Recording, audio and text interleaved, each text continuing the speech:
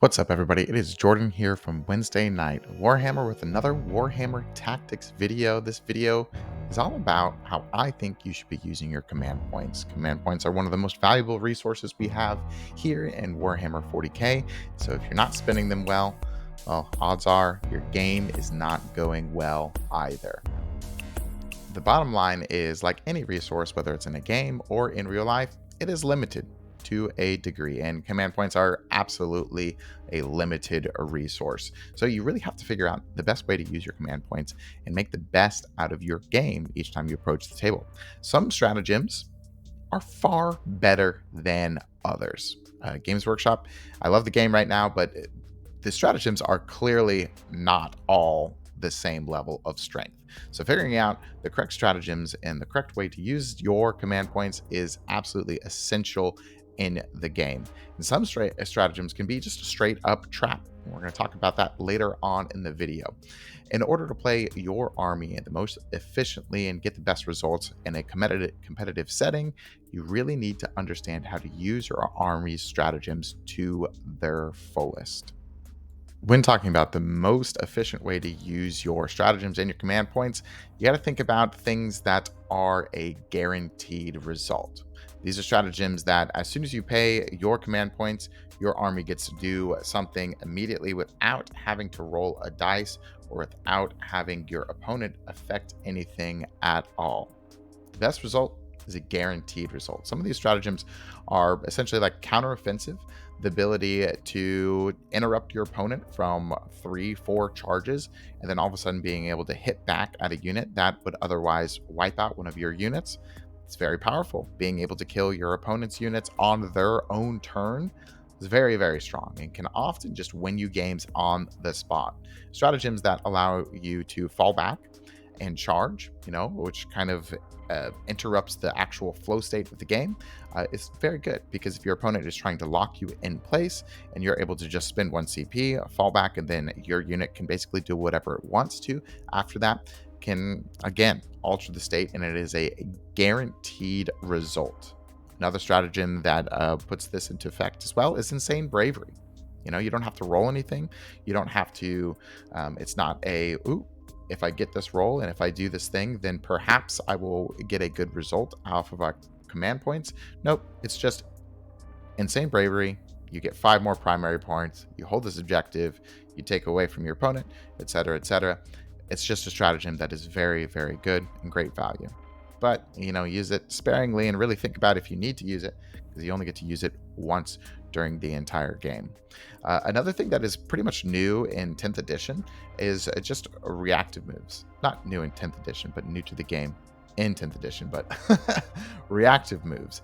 If you have a unit that is going to be able to move once your opponent comes within 9 inches or something like that, and you can for sure do a very guaranteed thing, like if you're moving your lictor 6 inches backwards so it's no longer in line of sight, or so that it is no longer in range to be shot or charged, that is very powerful. I will say, with reactive moves, make sure that you measure and you are absolutely sure about the intended result and the expected result after you make that move. Because the worst case scenario is you move and then your opponent is just like, okay, well, I can just do this now. In addition, I think the later on in your opponent's movement phase, the better a reactive move is going to be, because your opponent could often move one unit up, bait a reactive move, and then they use another unit to move in a separate way in order to get a line of sight or get a closer charge onto the unit that you just moved. So be careful. Reactive moves are very strong, but don't let your opponent use your own reactive moves against them.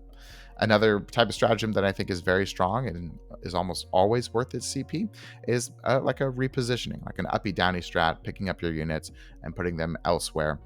Something that allows you to get to, points on the board that you normally would not be able to, and then react in a different way than your opponent was thinking, is also very strong. In addition, rapid ingress goes along with that. That is one of the most powerful stratagems, I think, because being able to rapid ingress and almost assure a charge for your unit on the next turn is very powerful. Anytime you're able to do things that aid your game plan during your opponent's turn, that's really going to set you up for success. Uh, there aren't too many of these, but any stratagems that allow for your units to have additional OC scores, and then might flip the objective or something like that, or might be easier to contest or take away an objective for your opponent. That is also strong as well. Any stratagem that is like you spend X points and then you get this result without rolling dice or having your opponent affected at all. Those are the stratagems we really want to put to our forefront of our command point usage. One stratagem that I do want to mention, however, which is not exactly like that, but it is still powerful and still is needed to be used on occasion, is new orders. If you get two stinker secondaries, when you draw them, you absolutely need to keep up the secondary pressure. Do new orders. It's not that bad of a stratagem, but make sure you have the command points that you need. Next up, we're thinking about stratagems that modify your dice before you roll them, of course. And these can be things that like give sustained hits or lethal hits to your unit to make them punch a little bit harder. Just maybe crits on 5s. We're thinking about like Tyranids with Invasion Fleet, or even like Feel No Pains, like a 5-up Feel No Pain, is one of the hallmark of Invasion Fleet Tyranids. These stratagems are good, and they're going to allow for you to either punch harder or for your units to maybe stick around a little bit longer. However, notice that you still have the ability to roll all 1s and 2s, and sometimes I put that ability on display very well. So when you're using these kinds of stratagems, understand that it can be very powerful for your army, and it can actually absolutely step up your game, especially if you have a unit that is specifically designed to use these stratagems and make use of them. But don't think immediately that, boom, I give my unit sustained hits and will absolutely kill my opponent's unit, and I won't have to worry about that unit anymore. It's still a dice game, and by using command points to maybe alter your dice a little bit can give you an edge, but it does not 100% seal that combat or that activation. Of course, there's good and bad ways to use your command points, and there's also good and bad ways to use your dollar. However, you're always going to be using your dollar well when you shop at Secondhand Geek. Secondhand Geek is an online sales platform for wargamers like you and I to sell our pile of shame and buy even more stuff to absolutely not add to our pile of shame. We're going to paint that, I promise. Anyways, if you haven't checked out Secondhand Geek, click the affiliate link down below and take a look at what they have online. I like to take a look every couple of days or so to see what's added up there and maybe snag some Neurogaunts or Gargoyles. Secondhand Geek, check them out. In my opinion, there are some stratagems that can just be absolute traps and an absolute waste of a command point. And there's two stratagems that come to the forefront of my mind immediately when I think about this, and that is Overwatch and the command point reroll. Let's talk about Overwatch first. A lot of times people will think, ooh, let's Overwatch and I can kill that unit immediately, and then I'll be great, But before you Overwatch, do you have any kind of reroll, Are you using a flamer? Do you not have to worry about hitting on 6s? Are you just going to automatically hit? And then this is what I really like to think about. How bad is it if you use your CP and just nothing happens after this activation? Does it matter? Do you have 4 or 5 CP and you're just actually looking for a way to spend your command points? Then Overwatch. Sure. I was playing a game one time where I was in that position and I had a Tyrannifex and I Overwatched and I got double 6s and it was incredible. But then I realized that I was outside of 24 inches and then the Overwatch didn't actually happen at all. But anyways, think about those things. Do you have a unit that is specifically set up to Overwatch? My buddy Mike, we played a game. He had salamanders, and pretty much his entire army was set up for good Overwatches. He had Infernus Marines, 2 Land Raider Redeemers. Anything that could shoot was probably also going to shoot with an Overwatch. So he was fine. He was set up. He was going to Overwatch. But also understand that your opponent can just not move stuff in front of you. And if they're moving things in front of you and asking you if you want to Overwatch, you should probably say no, because that means they might be trapping you with that.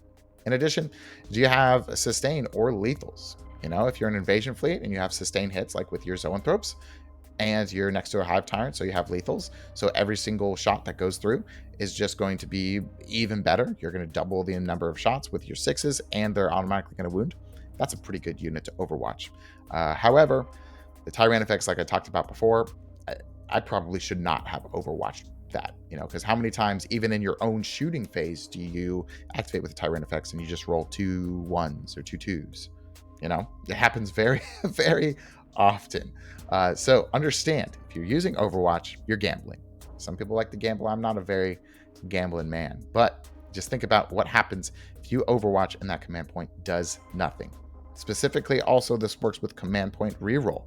When you spin that command point for a command point reroll, understand that it's pretty likely that it's the same result, or if it's worse, could happen.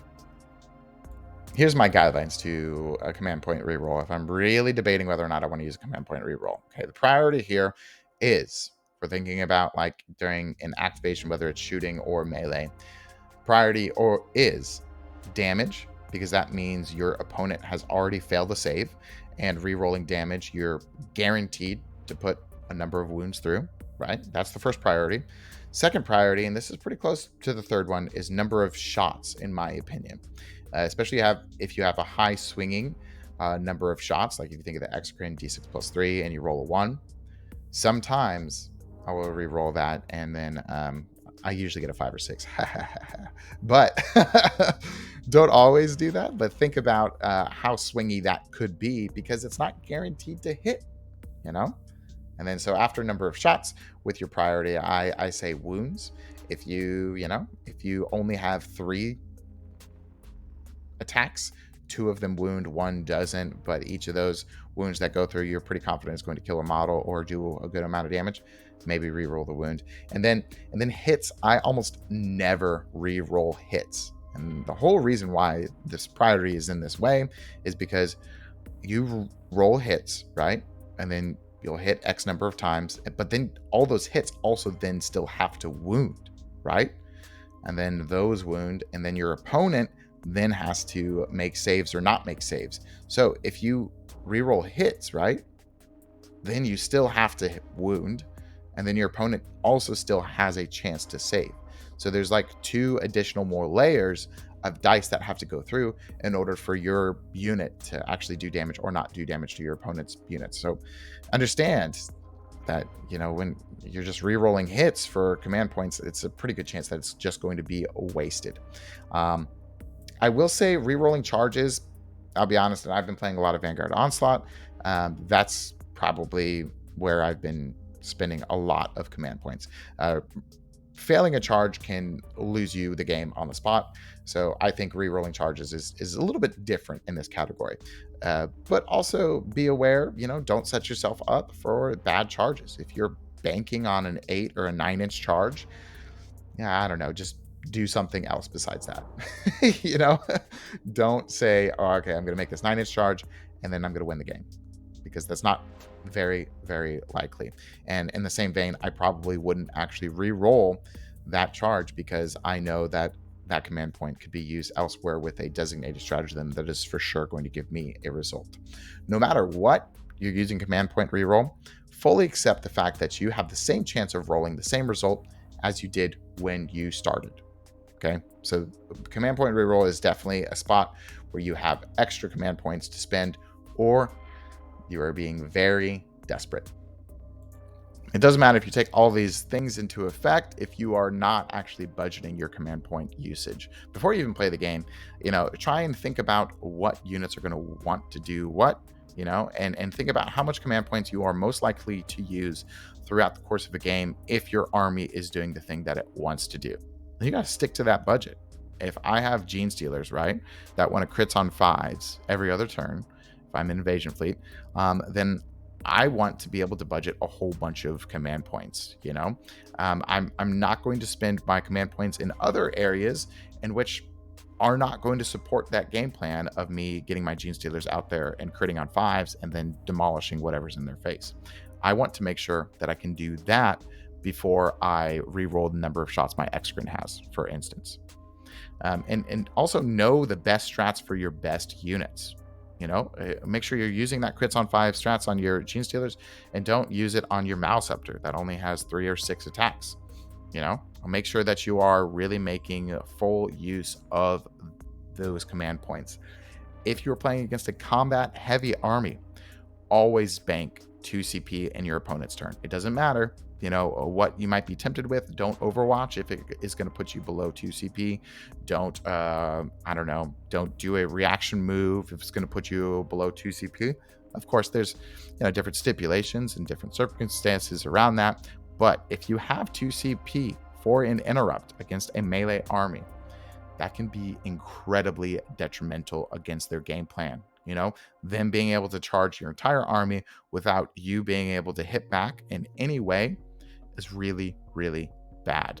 But them charging your entire army, and then maybe you have 1 or 2 units that are going to be good for a counteroffensive interrupt, that could maybe make them rethink their charges and maybe rethink their entire game plan so that they're a little bit more conservative with their charges. Counteroffensive is a very, very powerful stratagem, and you should often budget your command points around it. And before you spend any frivolous stratagem, like altering the number of shots, putting sustained or lethals on a unit or whatever, know your command point budget before spending it. Know what kind of stratagems you are wanting to use through the course of the game, as opposed to right there in the moment. Saving a command point and doing something like counteroffensive or falling back in charge or whatever can be very, very helpful and put your success rate way higher. Last but certainly not least, have you ever done this before? Let me know in the comments below. Have you made a budget for your army? Have you taken a look at what different stratagems need to be used throughout the course of the game? If you haven't, I highly suggest it. It can really put things into perspective. That is it for this week's video. Thank you so much for watching. We really appreciate all your support and everything. Make sure you check out our live streams every single Wednesday if you'd like to support the channel and have a nice little deployment hangout. Consider being a member. We're doing members only streams before each of our Wednesday night streams so that you can hang out with us, ask us questions, see how me, Zach, and Mike like to deploy and set up our game even before the game starts. Regardless, I hope you have a wonderful rest of your weekend, and I will see you Wednesday. Bye.